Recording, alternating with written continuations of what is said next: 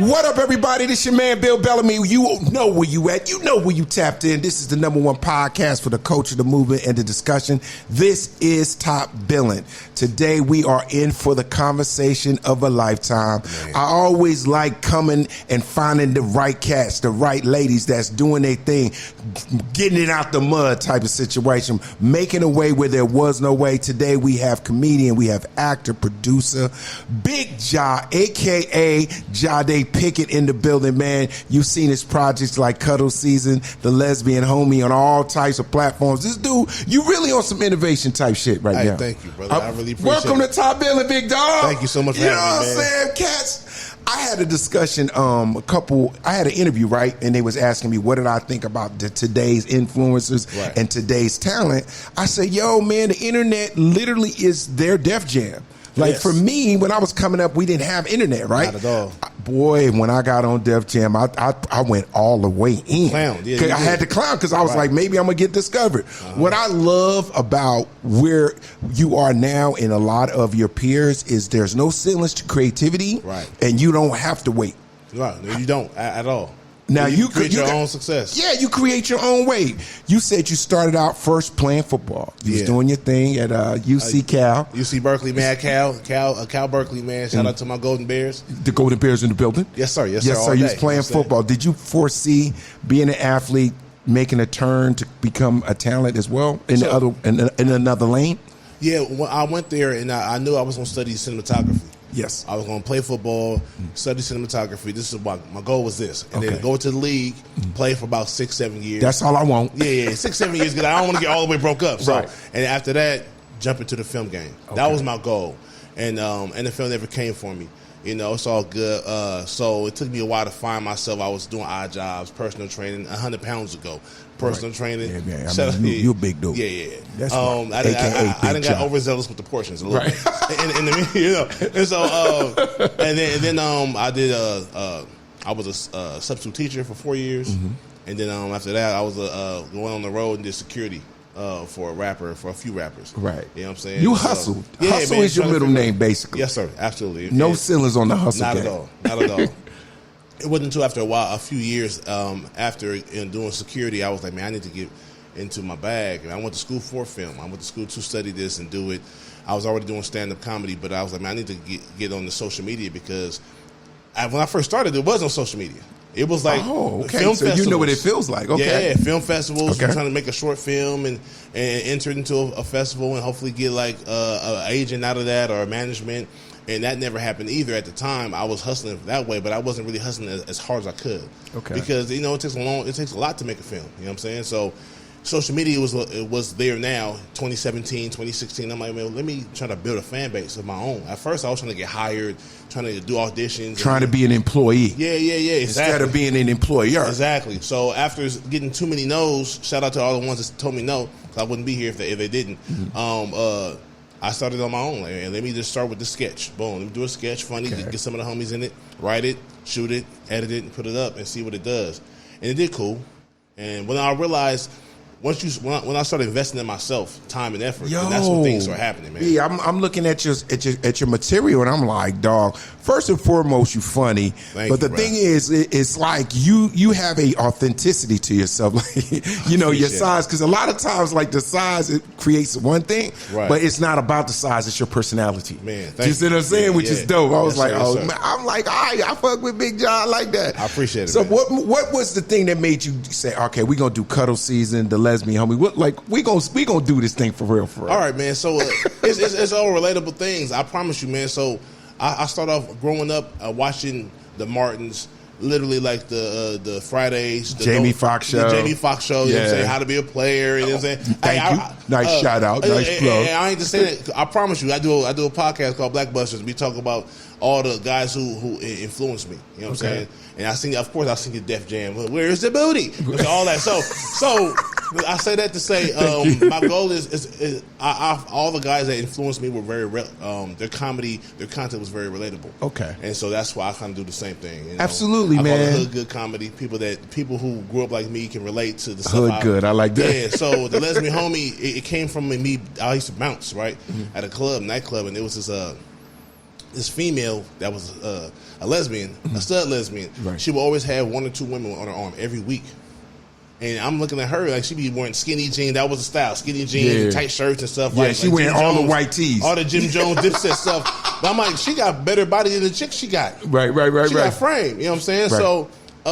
So the lesbian homie came from that. Like these lesbian chicks be having body, they be like not knowing what to do with it. You know what I'm saying? Right. But the funny thing about it is like they'll be, and they got jokes. Right.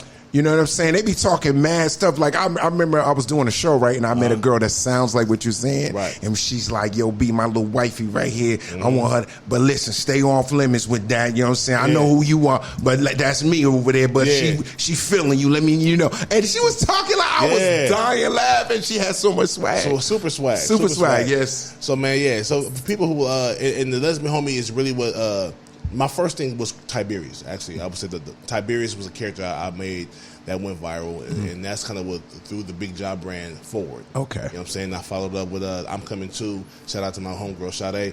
And then I think that I didn't want to pigeonhole myself, so I just kept doing sketch after sketch, series after series. So The Whole Crew Was Stupid was one. My Roommate Pays All the Bills was one. Shout out to my boy Ali.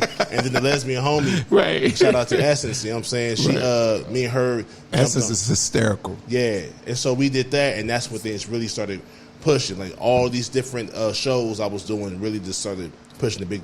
Because I think what it is now that is most important for all the new talent is putting out as much imprints as you can. Because you don't know which one's going to take off for you. But then once that take off, it kind of like it just sends a wave through your rest of your content. Yes. You know, people start looking. Oh man, he did this. Funny. He did that. Yeah, I didn't know he did that. Oh, he got a lot of stuff up there. You know what I'm saying? So when did you decide that you wanted to do a podcast that really, focuses on film and the culture and the impact? I think it's such a smart idea. It took me a while to actually do the podcast thing, to be honest, because I was like, man, I don't want it to take away from my filmmaking and my comedy. However, years later, I'm like, man, if I'm gonna do a podcast, it needs to be something I'm passionate about, and it needs to be something that kind of coincides with what I do now with filmmaking, comedy and filmmaking. So Blackbusters is a black movie review podcast. Yeah, y'all have to check it out. It's Blackbusters podcast, and they sit there and review all the gems, like every black movie that you ever seen. Like they do it, and they do it with so much comedy. You forget about the movie for a second because y'all personalities be popping off. You know what I'm saying? And y'all be hitting little corners in the movie that cats be like, oh damn, you right.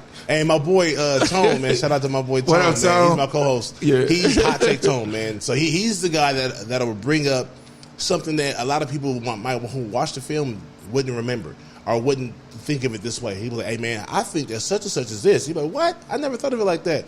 Sometimes his take is too hot to handle. Right. And in the comments, they be getting them. But he's bold. He takes those chances, man, and he doesn't hold his tongue. And that's a good thing about what you're doing, because I feel like there should be no ceilings on your creativity. And right now we always go, battle this balance of how far can we go? Because we got the cancel culture. Everybody's so damn sensitive. Right. We as comedians, as creatives, I think we should do what feels right to us. Right. And let the chips fall, because you can't tiptoe on your comedy. You can't tiptoe on what you see in your mind, like, oh my God, I can't wait to do this. Like, because now it's going to be choppy. Like, if you could just flow, it's just like when you're an actor and you're in a scene and you really commit to the feeling, that scene comes out beautiful, right? Yeah. So it's the same thing with comedy and with writing songs. I had a couple of guests on, they were talking about writing certain love songs, and it was like, I just take that real raw ass feeling of heartbreak, that raw ass feeling of really wanting to be with this chick and she don't want to be with me, and write from that. Right. You don't half step on your game. Nah. You feel me? You got to go. You got to go full court press, man. You got to just say what you feel and how it makes you feel, and be as expressive as possible, man. So now, as you getting your pieces together, as far as you got your podcast popping, you got your content up on Tubi, you got your stuff up on YouTube. Mm-hmm. How do you foresee yourself moving forward 5 years from now? How do you want this to evolve? 5 years from now, I hopefully, not hope, it's gonna happen. It will. Yeah, yes, sir. I'll be writing and directing and acting in my own films. Absolutely. Yeah, so that's the independent route is it. Yes, sir. Yes, sir. So you really want to make, you're going to be the heavy D. You're going to be the heavy D. You're going to make Big Boy sexy cool. Hey, man. Right? That's the goal. I appreciate it. Yes, sir. I'm with that. Head was a big dude, but he made it so fly to be a big. Like Biggie was a big fly dude too. You know what I'm saying? Like, it's not a lot of big guys that can do it all and still had the essence of the big guy. You know what I mean? You ain't like a goofball kind of big guy. You kind of like a charming big motherfucker. Hey, I'll take it, man. You know what I'm saying? Yes, but got game though. Yes, sir. I see you. Yeah. I see you. Oh yeah, man. I see you. You got a little bit in you. You gotta have it, man. You gotta put the lingo in there, man. You already know. I see that how to play and be a player, put a little influence in your bag. Yeah, oh yeah, for sure. I'm trying to, man. You see it, yeah. So those who watch if you're a fan of my comedy and How to Be a Player, man, Brother Dre, aka Bill Bellamy, man, he's a big influence in a lot of the content you see me do when it comes with the girls. Stuff like that. I think what I'm just saying this from what I feel that made How to Be a Player work for the culture, is that I think that it's a day in a life that every dude wish they could envision on their own. Like, yo, if I had a dope apartment, you know what I'm saying, and I could have like 6, 7 chicks, you know what I'm saying? I got a nice squad, not nice eclectic squad. I made sure I had different types of chicks. So they not all the same. So this chick is wild with this chick do this chick is a nurse. Like I wanted it to feel like I had like different types of candy. Yes. You know what I'm saying? Assortment. You know what I mean? An assortment of sorts. You know what I'm saying? Yeah. And so when you think about 20 years later and we're all grown and we guys that were 14 or 12 or whatever, they have a smile on their face when they think about that movie. Yeah. That's why I always think about the culture first. As you should. Yes, sir. Because our culture, shout out to hip hop 50 year anniversary. But we've been making movies a long time as well. Right. And hip hop has influenced the culture in a lot of ways in film. Yeah. What was one of the movies that you think was like outside not How to Be a Player that you felt influenced the way we dress through film? The dress? Okay. I got one in my head right off the top. Go ahead. The way we dress. Okay, so I'm West Coast. I'm LA. Oh, you West Coast, LA. Okay, so you dub up. Okay. All day. You already know. You know what I'm saying? Got to throw it up for sure. Throw it up. So Friday. Friday for sure. Absolutely. I thought Chris Tucker was from LA. He had on khakis. He had on Chucks. He had the blue tee. The LA hat to the back. I was like, oh, he from here. He's from Atlanta. I didn't know. I was a kid. This is but he was in Compton. Oh yeah, he had on everything he's supposed to have on in Compton. Exactly. He had the LA fit, the LA uniform for sure. And so the crane with the Pendleton, with the khakis as well, my God. The house slippers. Bro, we never seen that. I'm from the East Coast, Jersey. We never seen cats dressed like that. I remember the first time I came out here, I was like, yo, where they sneakers at? Right. You know what I'm saying? I ain't know y'all wore house shoes as regular shoes. Yeah. But the movie I was going to say was House Party. Of course. That too. Yeah. That too. I felt like House Party had a lot of little elements that really gave us snapshots of where we were in the culture at that time. Yes, I agree. Do you know what I'm saying? Yeah, the colors, man. See, and that's what I mentioned with Friday. That was like the hood, like the street uniform. But in L.A., I remember growing up, we had cross colors, L.A. Gates. We had Jordache jeans even at one point in time, way back in the day. So the colors, for sure. House Party was quintessential, and we talked about this on the podcast. Like, what was that? Is it LA based? Because they never say where they are. I think it was. Yeah. It was definitely LA. It was definitely an LA movie. Right. The first time I ever came to LA, let me say this was probably 91, maybe. I had never heard of swap meet before. Really? Yo, my boy Ricky Harris, R.I.P. He took me to the swap meet on, I think it was on Crenshaw. Right? Am I right? Yeah. I said, our biggest one is Slauson. On Slauson? Yeah, that's what it is. Yeah, so he took me there. He was like, hey, Bill, welcome to the West Coast, homie. He was like, yeah, we going to go over here to the swap meet. Like, that's how he was. I was like, why you talking like that? He was like, hey, man, this is L.A., man. You got to make sure you wear the right shit out here. You know? And then I was like, what? And then I made sure I just wore like neutral colors. $50. You got to. Because I ain't know where I was, Right, you know. right. You just stay with all the nice little simple colors. Don't Exactly. get too flamboyant with your Right, colors, right? So we go to the swap meet, everything $5. It was super good. We used to call it the flea market on the east. Back east, yeah. So like when I came out here, I thought that was a real serious LA thing. Now when you have a lot of LA guys that are filmmakers as well, like Stephen Love. So Stephen Love came by, LA filmmaker. Right. Camaraderie came by, LA filmmaker. My era, F. Gary Gray. Yes, sir. Yes, sir. Filmmaker. Absolutely. You know what I'm saying? It's a lot of John Singleton. John Singleton. You see what I'm Rest saying? in peace. And Yep. it's a beautiful thing to see guys that really are passionate about the art of filmmaking. It is such a great thing. That's the reason why I wanted to come to Hollywood. Yes, sir. Yeah, to make films. Like I was like, man, films are dope. You know what I'm saying? When a kid going to the movies, I'm like, man, one day I'm gonna be in that screen. Exactly. Like I used to say, Yes. one day I'm gonna be in that screen. And my cousins be like, dog, how you gonna get in the screen? I'm like, I don't know, but I want to be in that screen because it looked fly. I would see James Bond movie, or I would see like a real cool action film. I'm like, yo, my man jumped across the car in slow motion. I want to do that shit. Like I had always had that. So what was the thing when you was a kid that said, man, I know football cool, but like, damn, man, I bet you I could make a film. Man, when I saw Friday, for one, House Party for sure. House Party was first. Okay. Kid and Play, and they was rappers that turned actors. Okay. Of course, Fresh Prince of Bel-Air, seen that. Martin is probably my favorite sitcom. Love Martin. You know, I think it's the best sitcom ever. I think Martin's show, I'll be honest with you, if I had to be absolutely 100% truthful, I think Martin Lawrence sitcom was the funniest sitcom I've ever seen since I've been alive. Like you was looking for, because Martin was killing it. Yeah. His cast was killing it, and they was doing good humor. Yes. Right. You know what I mean? Yes, like sir. Martin was doing them characters and this, that, and the other, man. Martin used to, like right now, if an episode of Martin came on, I'm gonna stop and watch. Yeah. I got the DVDs, man. You got the Oh, you got the kit. Yeah. Okay. After a while, for years, I can just remember, I can recite Martin without the DVDs. I got the DVDs like a few years ago. Okay. But like since high school, since the 90s. You tapped in. I've seen every episode for sure. I know every character. Yeah, man. And so as far as movies coming to America, right, that was my favorite movie up until I got to college. And then when I got to college, it became Boomerang. You know what I'm saying? Yeah, so you was, because you was seeing Eddie with all the chicks. You think you lightweight how to be a player. I can see. Hey, I see. Okay. All right, John. I see where you're going with it.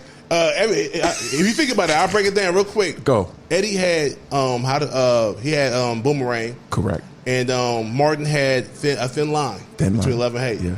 And Bill Bellamy had How to Be a Player. Yeah. And not every comedian can pull that off, man. That's true. So I watched it, bro. I'm like, man, these dudes is making being sexy hilarious. They matching the two. Yeah, sexy and comedy hilarious. It's bro. really a really interesting balance, and you're right. It's hard to do because you have to be believable doing it. Facts. Like Katz got to look at you and say, "Yo, my man about to smash." You know what I'm saying? My man got that one. You know what I mean? You can't just put like. You can't just throw anybody up there. I don't mean to throw no shade on nobody, but you can't just throw like somebody like Jim Carrey. Nah, he too funny the other way. You know what I mean? He not smooth enough. He ain't suave. Right. You know, he's like God. Yeah, you know, right. He's scaring the bitches. You know what I'm saying? Right. Let me say that right. Give me the draws, you know. Exactly. So what about as far as comedy, because that's my forte. Yes, you know what I'm saying? I love comedy. Sir. Can you tell me which comedians influenced you coming up that made you want to, get to the stage? I was 11 years old and I stole my dad's Delirious tape. The cassette, classic. The audio tape. Yes, sir. And I'm listening to it and I'm giggling. I can't listen to it out loud, so I got my earphones on and my little boom box and I'm in my room listening to it. Okay. And I'm going to sleep and I'm just playing it. I'm laughing, I'm giggling and stuff in the bed. And I was like, man, I want to do this one day. Now, I didn't had a heart to do it until I was like 26. But you had already had the seed. Yeah, I love comedy so much, man. Even in college, some of the homies would want me to host like a talent show. Hey, man, host a talent show, you funny. I didn't want to not be funny enough, so I was like, nah, I'm cool. I wasn't shy. I wasn't camera shy or stage fright. Right. I just like, if I get up there and start telling jokes and they don't like it, I'm going to hate myself. Yeah, it's tough. So the bug finally hit me. I've always had it, but I had to get on stage I would say, in 2007, and officially 2009. 2007. So where was your first show at? Where was your first show? At the Brainwash. Tony Starks? Tony Starks. Yeah, up in the Bay Area, San Francisco. Area comedy competition. A laundromat / cafe / comedy club on like Thursday. Shout out to Lil Nell. She from up that way too. Yeah, yes indeed, man. So I went up there, had my little sidekick phone back in the day. The sidekick. Yeah. I went up there and told my first joke, my second joke. I was bombing, and I forgot my third joke, so I went to my phone and I pulled my phone out. Okay, and I was like, code. Yeah. You know your Dion code. Right, okay. Get that one out. Where I was at. And I was like, damn, I'm over here not doing well at all. Two of my homeboys, shout out to my boy Larry, rest in peace, and my boy Daniel, they came to support and all that. And my last joke hit. That's when I was like, okay, cool. My last joke hit to where the hood niggas in the back was laughing. Yeah, we good. Yeah, I was like, okay, so I could do this. My first 3-4 minutes was my last joke hit. They was like, hey, giggle. That's my time, man. I'm Jade, man. Get out of there. I got up out of there. Yeah, I was like, I'm done. Yeah. So I knew I could do it. If I can get them to laugh once, I can get them to laugh 10 times. Oh yeah, man. The comedy is a muscle that is almost, if I can give you an analogy, I say it's like getting up shots in basketball or getting up reps on the bench. Right. You know, you ain't gonna be able to bench 225 for 10 on the first one. Right. Yeah. Damn, you know, you might get 2. But you keep repping. Yeah. You keep repping. After a while, you can get to 10. Then maybe you can get to 15. You know what I mean? A lot of cats, want it. They'll see somebody that's a veteran or somebody that's really, really good, and they go, man, I wish I could talk for 25 minutes. Right. But you don't know how many hours they put in to make that 25 fire. Right. You feel me? So that's all I want to shout out to all the real OGs out here and the young comedians that are taking the craft of comedy serious. You know what I mean? Right. Because there's a lot of really talented, funny people on the internet right now. And this has come in my bag a million times. Yo, Bill, what you think of the new cats? I love it. Right. I want all of us to win. I want all the funny people, the Jess Hilarious, B. Simone's, DC Young Fly, Ha Davis, Desi Banks. Banks. I've had a chance to meet all these guys, and they're super funny, and they put up great content, but they are taking comedy serious. Like, they not like going, oh, well, just because I got 18 million followers, I got 18 minutes. They like, no, I'm going to work on my 18. Yeah. And that's what it takes. Exactly. So how often do you get a chance to get up? Man, I just did it. I just got back from Austin. We did 2 shows in Austin, man. Me and my boy, with my brothers, Craig Fax and Ken Edwin TV, Uncle Todd. We got back on Monday. So where did y'all perform at? It was Roscoe's in Austin, Texas. And y'all, did you do good? Did you let them have it? You let them feel you? I slapped them around. You slapped them around a little bit. You know what I'm saying? Then we did San Antonio the next day with Upstage Comedy Club. Do you guys ever just do the road, like where you guys drive? The crew, the fellas get a rental car. This reminds me of the beginning of my career. I do one night. I'll be in Philly. Yeah. And then we would drive down to DC. Yeah. Then we would, you know what I mean? We just did this last October. Last October, it's kind of fun. We did Atlanta first. No, then we did Charlotte, and then we drove from Charlotte to Philly. Yeah, that's how Barry Brewer, my boy Barry Brewer, and my boy Ken. Shout out to Barry Brewer. That's my guy who's got jokes. That's the kind of things that I love about this game. The camaraderie between comedians. Yep. It's like a brotherhood of us. You know what I mean? Where we just bond. I don't know. We always do that. Yeah. Comedians, you could be a brand new comedian or old comedian. We all come in and give love. Like, yo, man, you doing this shit. We love you. Yes, indeed. And then when you on the road together, you become friends. Yes. You have experience together. You get jokes. You can punch up jokes while you on the road. Exactly. Like every time when I'm on tour, I always find a joke or two in the weekend, just hanging out with the fellas. I'm gonna say that on stage tonight.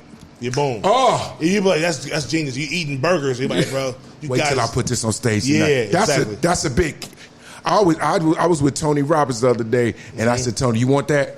You want that big? Because I'm gonna take it if you don't want it. You like, bro, you better do it. If you don't do it, I'm gonna do it. Hey, bro, on guard, you better claim that, bro. He was like, nah, I want it. All right, but you had it because that joint sitting on the table. I'm like, whoa. Yes, sir. I will sauce that up. Absolutely. You know what I mean? Yep. So you feel like you having a good time? I'm having a great time, man. Yeah. Yes, sir. And what else would you like to do outside? Because you really got some really great categories lined up. filmmaking, your comedy, you're producing your own content, you're acting in your own work and doing characters that you have written. You on your Spike Lee right now. Man, thank you. I mean, you on your Spike Lee. Like, do you ever want to just get funding and kind of say, yo, let me just make a real big movie? Oh, that's the goal, man. Yeah, I promise you. That's literally what we're doing now. Me and my manager was talking about that in the lobby. I say do it. Yeah, man. We got the first draft already knocked out. We working on the second draft, the second revision of the film. We got a feature already on the way. Oh, yeah. So we not playing. Oh no. Oh, this Bigg Jah for real. We doing Bigg Jah. We doing big things. Absolutely, bro. All right, I got a question for you. You been on the show. You done loosened up. You cool. You well spoken. You real smooth. Big sexy. Appreciate it, man. I got to hit you with all facts. You know, nobody comes on top billing and not have to do all facts. All facts is a game where we play. We ask you a question and you just got to keep it real. You got to tell the facts. Okay? Oh yeah, cool, easy call. Cool. All right. Name the top 3 big men in hip hop that influenced you coming up. In hip hop, the big men. Big men. Talking about like stature, size. Okay. Go. Okay, of course, Biggie. Boom. You know what I'm saying? I'm gonna keep it 100, man. A lot of folks don't know about this, man. Rest in peace, man. Mossberg. Mossberg is a Compton artist. He passed away some years ago, but he never made it as big as Biggie. But he was dope enough to get that big. Okay. You know, Mossberg. Folks from LA for sure know who he is. Absolutely. Yeah. So if I'm keeping it real, I can't not bring him up. You know what I'm saying? Mossberg for sure. Mossberg. You got one more, man. You ain't over.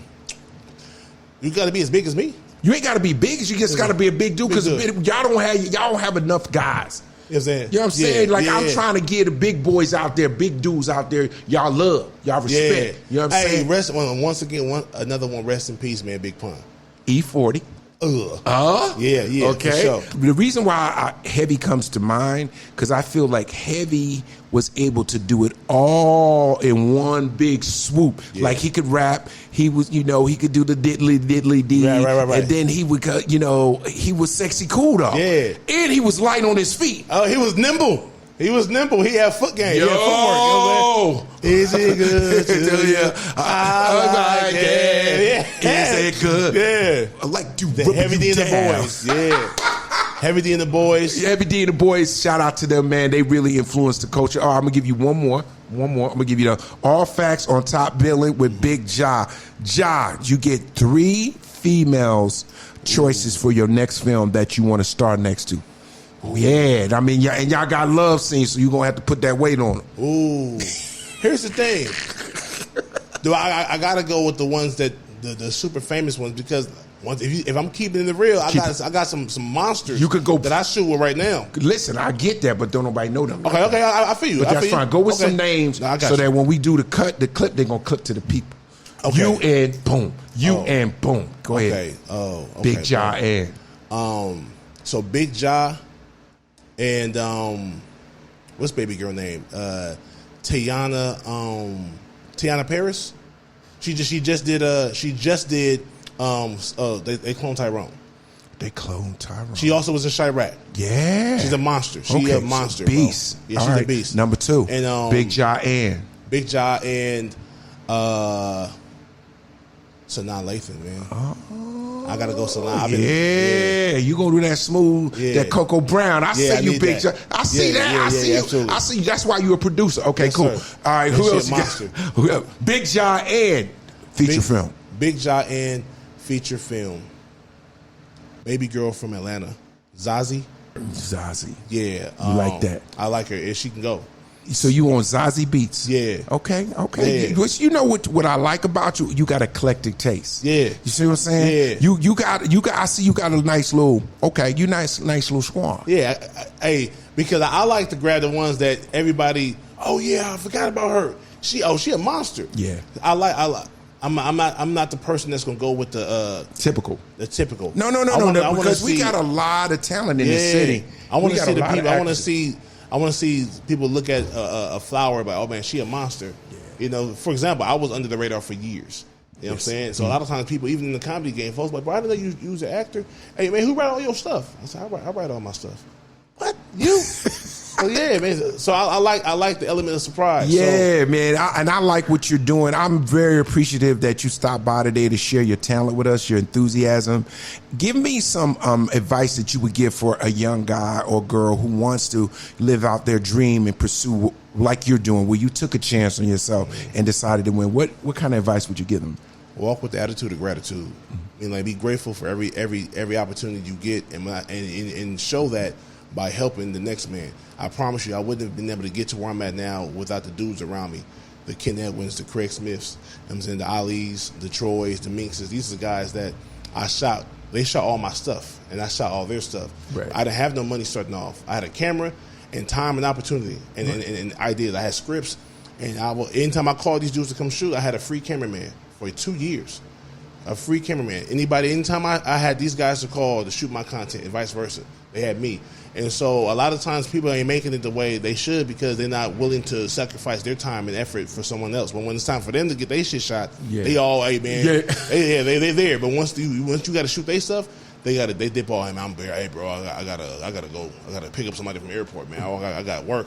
Come on, man. Nah. So I say, work hard every day and don't stop. Even when your video might not crack, your content might not crack in the first 5 or the first 10. It might not crack until your 50th piece of content. You never know. You keep pushing. You stop. You only lose when you stop. I like that. Yeah, man. Yes, you sir. Only lose when you stop. Relax, man. Hey, man, I want to thank Bigg Jah for coming by here today on Top Billing, man. I hope you were inspired today. For all my filmmakers out there, comedians, producers, and writers, we are back. We are not stopping producing this content. No ceilings on this dream. I'm your boy, Bill Bellamy, and this is Top Billing. Yes, sir. Yeah! Go time, go time.